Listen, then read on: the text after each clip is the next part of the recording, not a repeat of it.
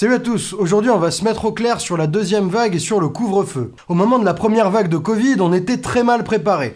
On a donc été forcé de mettre en place un confinement super long, de mars à mai, qui a été extrêmement douloureux pour tout le monde, mais qui a été bien accepté et surtout a été très efficace. Là, cette dernière semaine, Macron et son gouvernement, ils ont annoncé une mesure, le couvre-feu, qui est largement moins bourrine que le confinement, mais qui pourtant a été beaucoup plus contestée. Certes, d'après les sondages, une majorité des Français soutient cette mesure, mais quand même, on sent tous que ça grince des dents, que ça résiste, notamment chez les jeunes. On a entendu parler de dictature sanitaire, d'attaques insupportables contre les libertés publiques, de couvre-feu inutile, irresponsable, voire même criminel. Face à une situation aussi grave et aussi anxiogène, on a besoin de clarté, on a besoin de comprendre, on a besoin de savoir où on va. Surtout qu'en ce moment, on entend tout et n'importe quoi, on ne sait plus à qui se fier, et puis, on va pas se mentir, on a plein de raisons de douter de ce gouvernement, de ne lui faire aucune confiance pour bien gérer cette crise sanitaire. Rien que ces dernières semaines, on a vu des capacités de test engorgées, des délais d'attente qui explosent, alors que le gouvernement avait des mois et des mois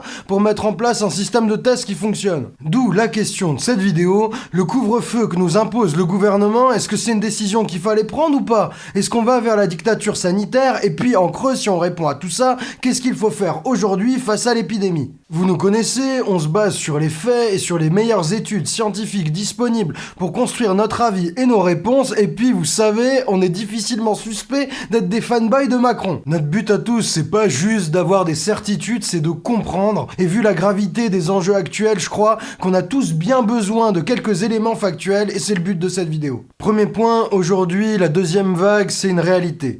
L'épidémie reprend, la deuxième vague est là, et depuis quelques semaines, elle monte très vite, très fort. Vous le voyez, les hospitalisations augmentent, les lits en réanimation augmentent, et quelques semaines plus tard, les décès augmentent. La situation est en train de dégénérer. Je sais que pendant des semaines, il y a des gens qui nous ont raconté qu'il n'y aurait pas de deuxième vague, qu'on voyait pas le nombre de décès augmenter, que bli, que bla. Tous ces discours, il faut être clair, ils sont périmés. Tout le monde peut se tromper, ces gens, ils se sont trompés. Non mais vous le voyez, notre situation qu'on vit aujourd'hui, elle est comparable à celle qu'on vivait 2 semaines après le confinement de mars. Les chiffres sont là. Et si tu regardes les services de réa, il y a des endroits où quasiment tous les lits de réanimation sont occupés par des patients Covid. À Grenoble, en Isère, c'est 93%. À Saint-Étienne, dans la Loire, c'est 84%. En Seine-Saint-Denis, c'est 78%. À Lyon, dans le Rhône, c'est 77%. Bref, c'est grave. Et contrairement au printemps, il n'y a aucune région qui est épargnée. Il y a juste des endroits pires que d'autres. La moyenne nationale, c'est 45% des lits de réanimation pris par le Covid. Et si on laisse la situation dégénérer, qu'est-ce qui va se passer? Eh bien, plein de patients Covid vont mourir, souvent des vieux et des personnes fragiles. Et les soignants qui sont déjà à bout, ils vont devoir encore dire « Toi tu vis, toi tu meurs, toi tu vis, toi tu meurs ». Mais c'est pas tout. À plein d'endroits, faute de personnel ou de lits, on commence à être obligé d'annuler des opérations ou des soins. Du coup, ça voudra dire in fine plus de morts ou de vies bousillées. J'ai un cousin, toubib en cancérologie en Île-de-France, il m'a raconté son été et son mois de septembre et je vous jure, c'était pas drôle. Tous les jours, il recevait des nouveaux patients, souvent jeunes pour la plupart, et il savait qu'il repartirait une semaine plus tard de son service, mais les pieds devant. Pourquoi? Eh bien parce qu'avec le Covid, la saturation des réas, on a dû repousser tous les soins non urgents, et du coup, il y a plein de cancers qui ont été diagnostiqués trop tard. Le cousin, il y a des soirs, il en pouvait plus, il rentrait chialer chez lui parce qu'il reconnaissait plus son métier. Son métier, c'est soigner, mais là, il pouvait rien faire, il est juste démuni. Donc je vous jure, saturer les lits en réa et les hôpitaux, c'est pas cool. Et si vous pensez que le problème se réglera avec plus de moyens pour l'hôpital public, eh bien je suis désolé mais c'est pas sûr que ça suffise. Aujourd'hui le problème des services de réanimation et de soins intensifs, c'est plus tellement les lits et le matériel, c'est le personnel. On n'arrive plus à recruter d'infirmiers de bloc, d'anesthésistes, de médecins urgentistes formés à la réa tout simplement parce qu'il n'y en a pas. Et le problème c'est que ces métiers vous pouvez pas les former en 3 PowerPoint. Donc malheureusement on se sortira pas de notre merdier actuel juste en mettant plus de moyens. Bref, soyons clairs, aujourd'hui il faut sortir du déni. Si on ne maîtrise pas très rapidement l'épidémie, ça va être la grosse merde. Alors je sais, ça fait chier, hein. On aimerait tous que ce problème soit derrière nous, que la vie reprenne comme avant. Mais c'est pas le cas, le problème est là. Et la France ne fait pas exception, partout en Europe l'épidémie reprend. Et les gouvernements sont obligés d'annoncer des mesures pour limiter la casse, et il y a même des pays qui reconfinent. Mais dans ce tableau bien noir, il y a un truc d'hyper positif, et ça faut absolument le capter. Avec la distanciation physique qu'on met déjà entre nous, avec les masques en intérieur, avec tous les efforts qu'on fait tous au quotidien, on est déjà en train de sauver des vies. Pendant la première vague, une personne infectée arrivait à en contaminer entre 2,5 et 3. Aujourd'hui, grâce aux masques et à toutes les mesures que certains décrivent comme une dictature sanitaire, une personne contaminée n'en contamine que 1,39.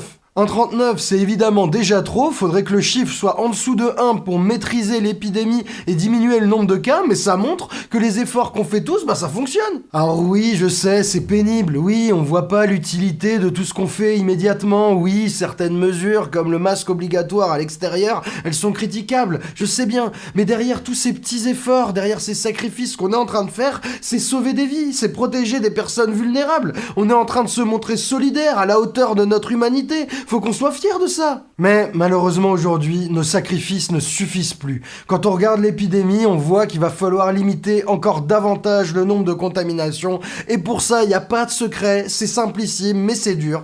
Il va falloir encore limiter les contacts entre personnes. Il y a 3 leviers, 3 secteurs où on peut limiter massivement les contacts. Le taf, l'école et la fac, et les loisirs, c'est-à-dire les sorties, le sport, la teuf, la joie. Confiner, c'est se priver des 3 trucs en même temps. Et donc, si on veut avoir une chance d'éviter l'extrémité et la pénibilité d'un confinement, il n'y a pas de miracle, il va falloir se couper d'un des 3 secteurs que je viens de nommer. Toute la question, c'est lequel? Et qu'a fait Macron? Eh ben, il a choisi d'insister exclusivement sur un seul levier, les loisirs. Et il y est allé fort, hein. Il a mis en place un couvre-feu, vous êtes tous au courant, de 21h à 6h du matin, dans maintenant 38 départements, ce qui fait en gros 46 millions de Françaises et de Français. Fini les dîners, fini les sorties, fini les bars, fini les entraînements de sport, fini la vie nocturne. Il reste que le début de soirée et les week-ends jusqu'à 21h pour voir ses amis, sa famille et ses potes. Et les autres secteurs, l'école, la fac ou le travail, Macron n'a rien annoncé du tout.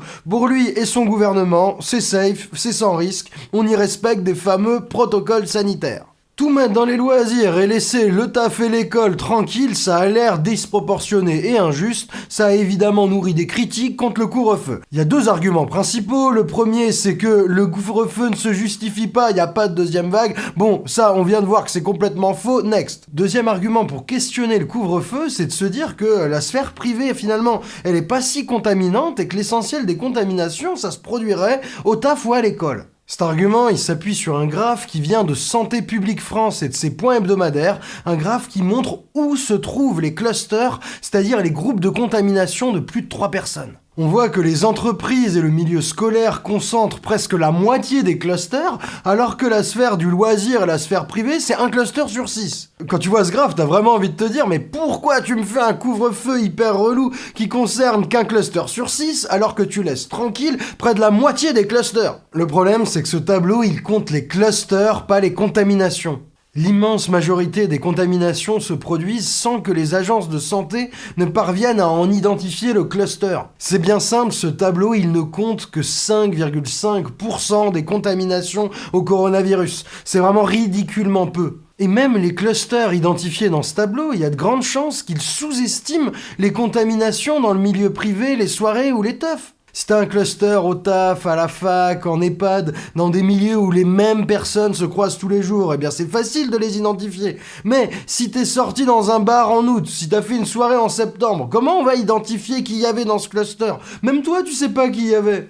Autre limite du tableau, si tu contamines ton papa, ta mamie, ton coloc, eh bien, c'est moins de 3 personnes, donc c'est pas un cluster et c'est pas dans le tableau. Le raisonnement à partir de ce tableau, il était bon, mais c'est le tableau qui lui est mauvais. On peut pas se baser sur ce tableau pour savoir où les gens se contaminent vraiment. C'est d'ailleurs un énorme problème qu'on n'ait pas de données fiables pour identifier les lieux et les chaînes de contamination réelles. D'ailleurs, c'est complètement dingue que ce ne soit que dans la conférence de presse de jeudi que Véran, le ministre de la Santé, annonce qu'une étude est en cours pour identifier les lieux de contamination. Ça, ils auraient dû le faire avant, ils auraient pu le faire avant. Mais malgré cette absence de données statistiques, il y a quand même beaucoup de médecins et d'épidémiologistes qui pensent que beaucoup de contaminations ont lieu dans cette sphère des loisirs. Cette hypothèse, elle rejoint le bon sens. Réfléchissons 2 secondes. Le virus, il se transmet par gouttelettes, par postillons, par expiration forte et par éternuement dans des espaces fermés, mal ventilés. Donc, il y a quand même pas beaucoup plus dangereux que des moments conviviaux, des dîners où on enlève le masque, où on est alcoolisé, où on parle de plus en plus fort, où on chante et où on se serre dans les bras. Si on prend du recul 2 minutes, en vrai, c'est méga intuitif de penser que les soirées, les bistrots, les dîners animés, c'est des accélérateurs de contamination. Dans tous les cas, c'est largement plus dangereux qu'un métro, même bondé, où tout le monde est masqué, où tout le monde sautait en regardant par terre. Autre indice, mais cette fois chiffré, qui montre la place des loisirs dans les contaminations en France, c'est le tableau qui vous montre depuis la mi-juin les contaminations par classe d'âge. Regardez la première ligne à passer en rouge, c'est celle des 20-29 ans. Chez eux, l'épidémie reprend dès la mi-août, c'est-à-dire avant le taf, avant la fac. Le taux d'incidence du virus chez eux n'a fait que progresser, mais encore aujourd'hui, il y a plus de virus chez les 20-29 ans que chez les plus vieux, alors qu'ils vont tout autant à la fac, tout autant au travail que les autres classes d'âge. On a là un indice qu'il y a peut-être quelque chose qui se joue dans les soirées étudiantes et dans la sociabilité festive. D'ailleurs, on voit aussi sur ce graphe que les jeunes, c'est pas une petite bulle à part dans notre société. Il y a certains qui disent qu'il faudrait laisser les jeunes se contaminer et que les vieux se cachent et se tairent. Mais ça marche pas, vous le voyez là. Les jeunes, ils rencontrent leurs grands-parents, ils rencontrent leurs parents et ils ont contaminé progressivement le reste de la société. Conclusion, on peut pas en être sûr à 1000% parce qu'il n'y a pas encore les données décisives, mais il y a quand même plein d'indices qui laissent penser que l'univers privé et festif soit particulièrement contaminant. Bien sûr, le couvre-feu, c'est douloureux, hein. Une vie sans voir sa famille, sans dîner avec ses potes, sans voir son amoureux ou son amoureuse après 21h, c'est moche, c'est terne. C'est sûr qu'on va tous prendre cher pendant plusieurs semaines. Et c'est horrible, là, j'en parle même pas, là, pour les bars, les restaurants, les humoristes, les théâtres, les salles de spectacle, tous ces professionnels de la joie et de la convivialité. C'est à toutes ces industries qu'on doit les moments où on peut souffler, se détendre, rigoler, prendre un peu de distance avec toute cette angoisse, et eux, ils vont prendre méga cher. Donc oui, incontestablement, ces industries doivent se faire aider sérieusement, massivement par l'État. Mais quand bien même si ça pique, le couvre-feu, c'est cohérent. Sanitairement, ça se tient.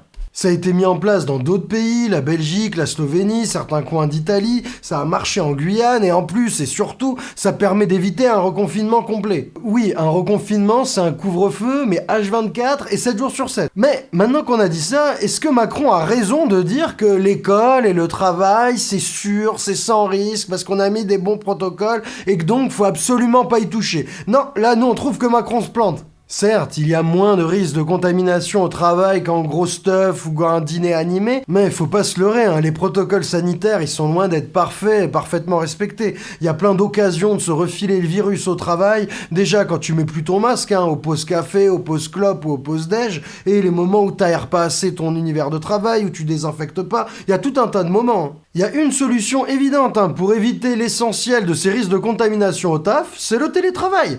Le télétravail, c'est dans les recommandations du Conseil scientifique depuis le 22 septembre. Le gouvernement avait aucune raison de pas suivre ces recommandations. Il aurait dû généraliser le télétravail dans les secteurs où c'est possible, à commencer par les administrations publiques. Il y a des milliers de fonctionnaires dans des bureaux qui peuvent tout à fait travailler depuis chez eux l'extraordinaire majorité du temps. Macron, il aurait dû donner le change, il aurait dû dire que les administrations publiques allaient être exemplaires. En plus, il y a plein d'effets positifs au télétravail. S'il y a moins de monde au boulot, on peut plus facilement mettre en place les protocoles sanitaires, mieux espacer les bureaux et ainsi protéger les salariés qui sont obligés d'être présents. Généraliser le télétravail, ça désengorge aussi les transports en commun, ce qui est une bonne chose pour celles et ceux pour qui le télétravail est impossible. Parce qu'il faut pas se mentir, même si on est exemplaire, même si tout le monde met le masque et fait tout pour pas se contaminer, ce serait quand même précieux d'en finir avec ces images où tout le monde est serré comme des sardines dans des trains ou des bus bondés. Pareil pour l'école, on n'est pas spécialiste, mais c'est quand même pas impossible que dans quelques semaines,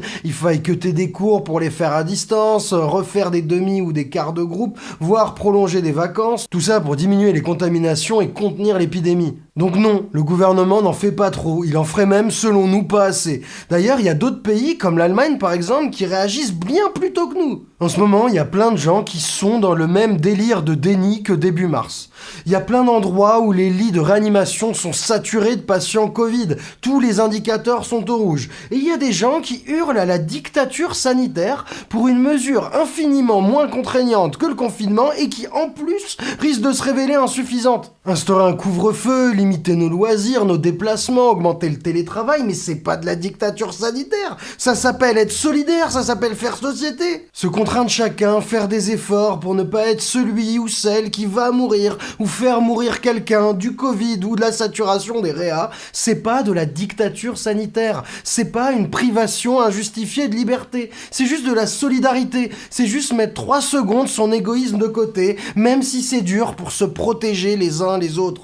Et n'oubliez pas, commencer par nous priver de loisirs, c'est commencer probablement par le domaine où c'est le plus efficace pour lutter contre l'épidémie et c'est aussi un des domaines les moins douloureux. À tous les égards, il vaut mieux se priver de quelques dîners, de quelques sorties, même si ça fait chier, que de risquer le chômage de masse, la précarité, les faillites en cascade et les morts causées par les impacts économiques d'un confinement. Pareil, il vaut mieux renoncer à un anniversaire, à une levée de coude au bistrot pour retarder le plus tard possible le moment où on va s'attaquer à l'école et à l'éducation de nos gosses. Parce que l'école à distance, ça renforce les inégalités culturelles et sociales. Les enfants de milieux plus pauvres et moins éduqués, c'est eux qui trinquent quand l'école s'arrête. Commencer par un couvre-feu sur nos loisirs, c'est cohérent et c'est de la solidarité. Et c'est même peut-être un préalable pour des mesures encore plus fortes.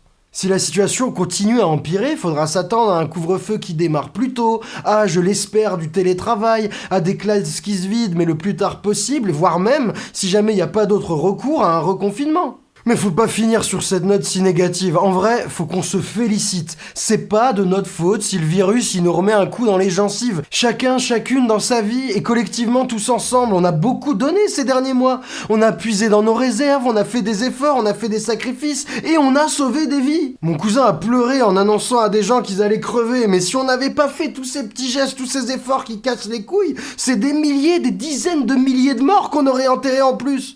Ce qu'on a fait, c'est l'exact inverse de subir une dictature sanitaire. On a prouvé à tout le monde qu'on était encore capable aujourd'hui d'être solidaire. On a prouvé qu'on n'était pas qu'une société d'individus éclatés, morcelés sur nos smartphones. On a prouvé qu'au-delà de nos divisions, au-delà des blessures qui fissurent notre corps politique, on était encore capable, ensemble, de se soutenir, les uns avec les autres, les uns pour les autres. Et ça, ne l'oubliez jamais, parce que c'est de ça dont il s'agit dans cette putain d'épidémie. Bon courage les amis, et prenez soin de nous.